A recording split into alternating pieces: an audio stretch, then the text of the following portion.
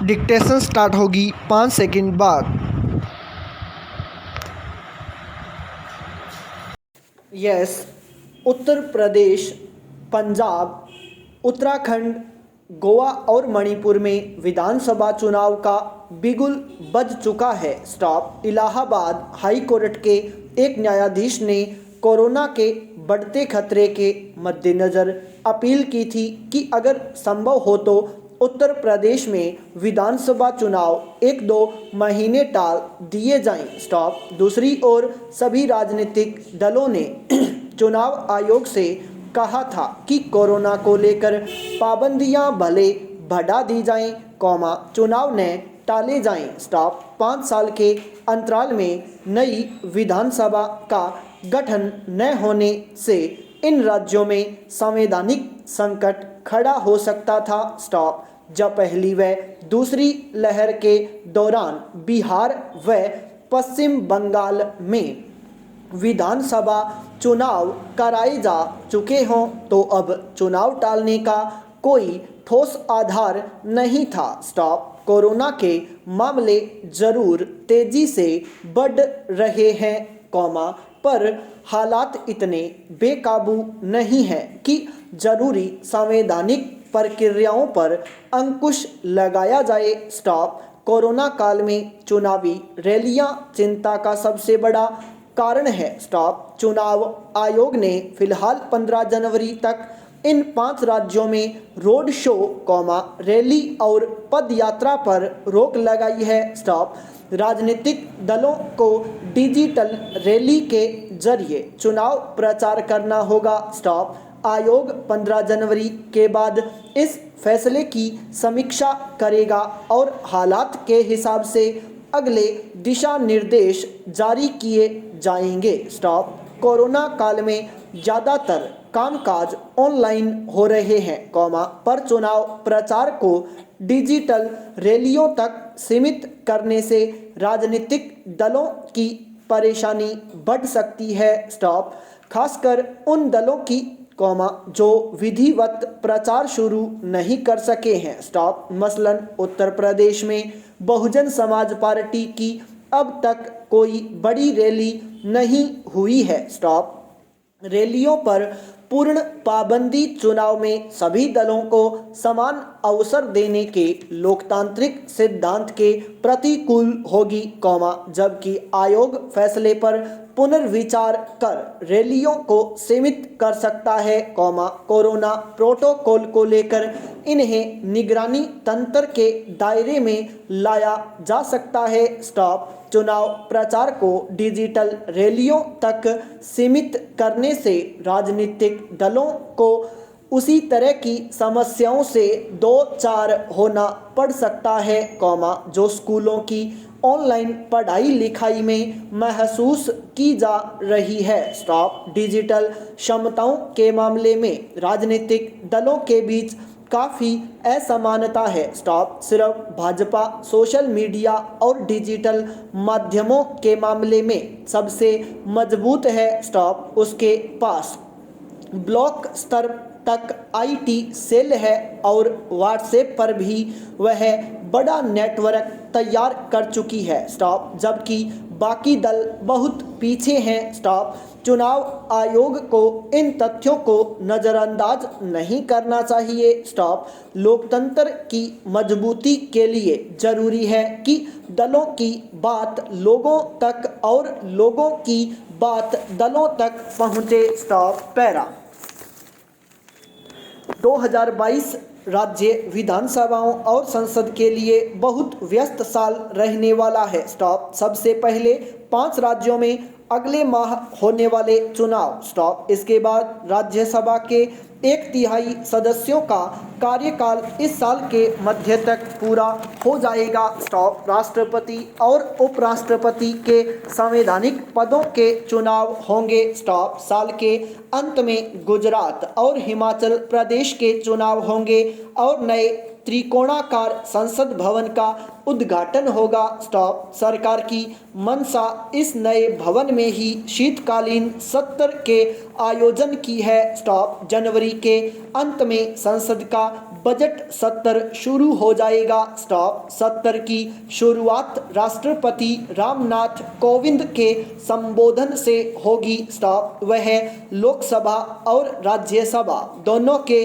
सांसदों को संबोधित करेंगे। स्टॉप। उनका यह भाषण केंद्र सरकार द्वारा लिखा जाता है। स्टॉप। इसमें सरकार के कार्यकाल की 2.5 साल की उपलब्धियों पर प्रकाश डाला जाएगा। स्टॉप। इससे शेष कार्यकाल के लिए सरकार की योजनाओं के संकेत भी मिलेंगे। स्टॉप। राष्ट्रपति कोविंद का कार्यकाल इस साल जुलाई में समाप्त होने वाला है। स्टॉप। इसलिए राष्ट्रपति के तौर पर यह उनका अंतिम संबोधन होगा। स्टॉप। देश के पहले राष्ट्रपति डॉक्टर राजेंद्र प्रसाद के अलावा कोई अन्य राष्ट्रपति दूसरे कार्यकाल के लिए नहीं चुना गया है। स्टॉप। उपराष्ट्रपति एवं राज्यसभा के सभापति वेंकैया नायडू का कार्यकाल भी अगस्त में समाप्त हो जाएगा। स्टॉप। देश के सांसद और विधायक मिलकर 15वें राष्ट्रपति का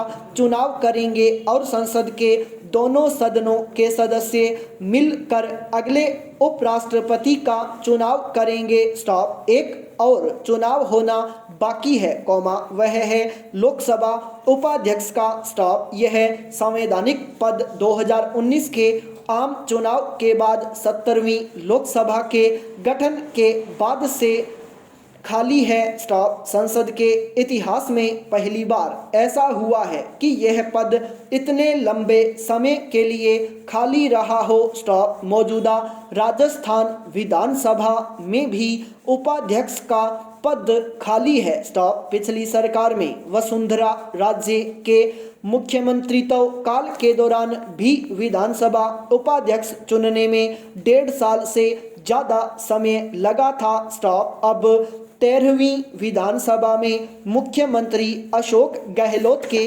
कार्यकाल में सदन का उपाध्यक्ष चुनने में 3 साल से ज़्यादा समय लग गया। स्टॉप। उपाध्यक्ष चुनने में देरी नया चलन है और अन्य विधानसभाओं में भी ऐसा ही देखने में आया है। स्टॉप। महाराष्ट्र में मुख्यमंत्री देवेंद्र फडणवीस के कार्यकाल में यह संवैधानिक पद 4 साल तक रिक्त रहा। स्टॉप। उत्तर प्रदेश का उदाहरण सबसे ताज़ा है, जहां विधानसभा का कार्यकाल समाप्त होने से कुछ ही महीने पहले विधानसभा उपाध्यक्ष का चुनाव कराया गया। स्टॉप। उत्तर प्रदेश जैसे देश की सबसे बड़ी आबादी वाले राज्य में अगले माह विधायक चुने जाएंगे। स्टॉप। उत्तराखंड, पंजाब, गोवा और मणिपुर में भी चुनाव होंगे। स्टॉप। 5 राज्यों में 690 सीटों के लिए